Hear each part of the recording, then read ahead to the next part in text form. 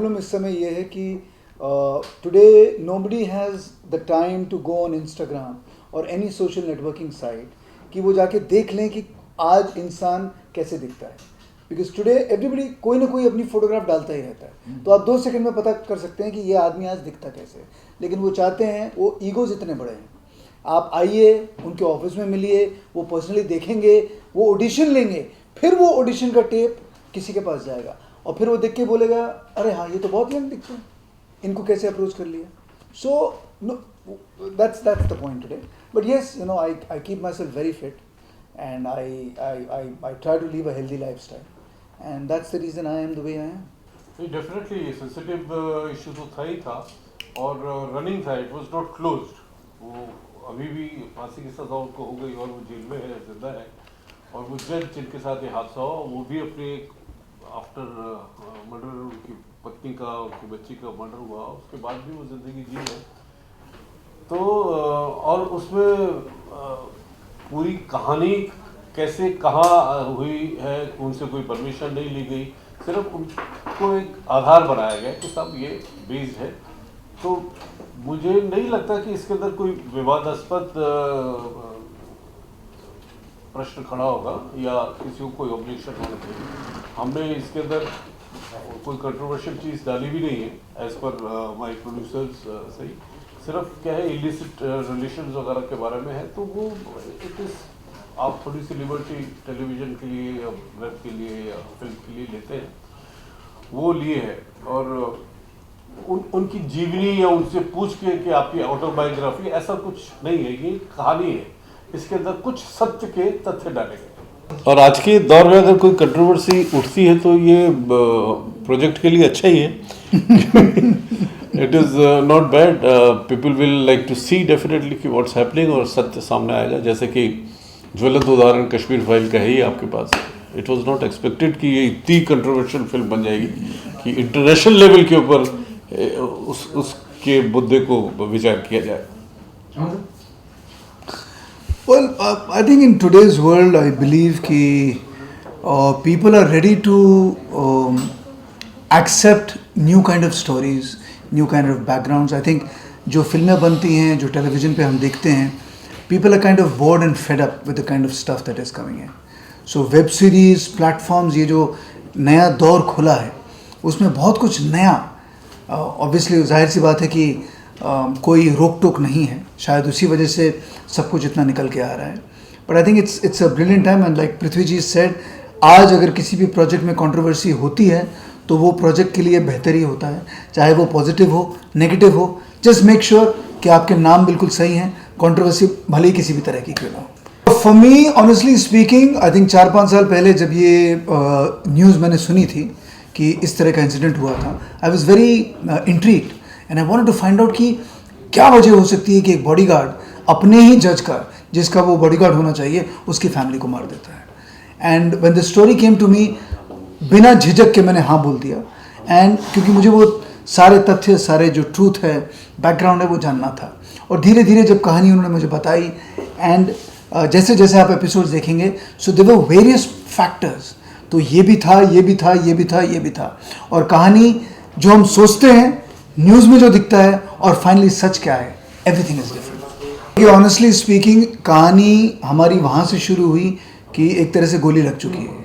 उसके बाद जो, और उससे कुछ समय पहले की जो कहानी है, तो कहानी का कोई भी हिस्सा कोर्ट या कोर्ट के आसपास कहीं पे दर्शाया नहीं गया है। उसके आसपास थोड़ी बातें हुई हैं, लेकिन ज़्यादातर जितने भी हमने सीन्स किए हैं घर में हुए थे कि घर के अंदर क्या हुआ, बॉडीगार्ड के साथ क्या कनेक्शन था, किस तरह से उसका जज के साथ रिलेशनशिप था, उसकी वाइफ के साथ कैसा था, बच्चों के साथ कैसा था, उसकी एक गर्लफ्रेंड थी, उसकी एक बीवी थी, उसकी अपनी पर्सनालिटी क्या थी। सो ऑनेस्टली स्पीकिंग, कोर्ट में क्या हुआ, that is something which will only come in once he is in jail, और आगे क्या होगा वो बाद में आपको पता लगेगा। लेकिन फिलहाल to the time that he shot the family dead, तो वो कौन कौन से इंसिडेंट्स हाईलाइट हुए हैं, वो एक एक करके एपिसोड्स के हिसाब से आपके सामने आएंगे। और फिल्म के अंदर वही जैसा अमन जी ने बताया कि रीजंस बहुत सारे हैं रीजन। क्या असली कारण था, उसका मुद्दा क्या था, क्यों उसने मारा, वो तो आप कहानी देखेंगे तो पता रहे। और मेरा तो किरदार बहुत फैला हुआ नहीं है। मैं कोर्ट सीन के अंदर हूँ, I am playing a lawyer in this, और मैं पब्लिक प्रोसिक्यूटर हूँ और उसको सज़ा दिलाने की कोशिश करता हूँ और सज़ा दिलाता हूँ। बाकी कहानी तो रियल स्टोरी से जुड़ी हुई है, तो बहुत पावरफुल है डेफिनेटली। काफ़ी सारे कारण इसमें दिए गए, इलिसिट रिलेशंस भी हो सकते हैं, पर्सनल फ्रेंडशिप भी हो सकती है, या कोई रिवेंज ले रहा होगा किसी बात पे, किस बात पे, लेकिन लास्ट तक ओपन नहीं हुआ है कि क्या उसका मोटो क्या था, क्यों मारा उसने। आई थिंक उसकी जो पर्सनालिटी है, eventually when you see the episode you will come to know that the man kept changing what he wanted to say. तो पुलिस का काम है कि पता करना कि भाई क्या क्या वजह हो सकती हैं, और जब उन्होंने पता किया so there were various factors that came out, जिसमें जज उसे उसकी वाइफ, जज की वाइफ उसे बुली करती थी, मे भी शायद जज की वाइफ के साथ उसका अफेयर था, उसका अपना पर्सनल रिलेशनशिप कहीं गड़बड़ था, बीवी से नहीं बनती थी, रिलेशनशिप था। सो बहुत सारे फैक्टर्स निकल के सामने आए। बट जो एक फैक्टर की आप बात कर रहे हो, अगर सिर्फ बुलिंग की बात कर रहे हैं, मेरे हिसाब से आप किस पोजीशन पे हो, आपकी सिचुएशन क्या है, आपका ओहदा क्या है, उस पर बहुत डिपेंड करता है कि आप कितना बुली होगे या कितना आप बुली कर सकते हो। और हर आदमी अपने हिसाब से रिएक्ट करता है। किसी में वो क्षमता है कि वो अपने आप को किसी तरह से रोक के रखेगा, और कई लोग नहीं कर पाते हैं, वो एकदम वहीं पे भड़क के चिल्ला के निकल जाते हैं। I was not exactly playing that character, but yes, मेरे लिए I was just playing a जज जिसकी फैमिली को मार दिया गया है, and I am trying to figure out कि आखिर क्या हुआ। हाँ, अब जब उसकी कहानी सामने आती है, उसमें हस्बैंड वाइफ का रिलेशनशिप, तो वो सारे अलग अलग पात्र मैंने किए और बखूबी किए, अच्छा निभाया।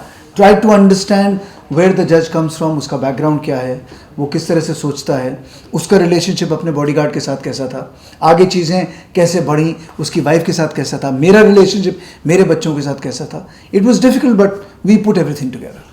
Well, I honestly don't believe कि कंपैरिजन यहाँ पे, because the case is completely different. Talwar का केस और ये केस ज़मीन आसमान का फ़र्क है।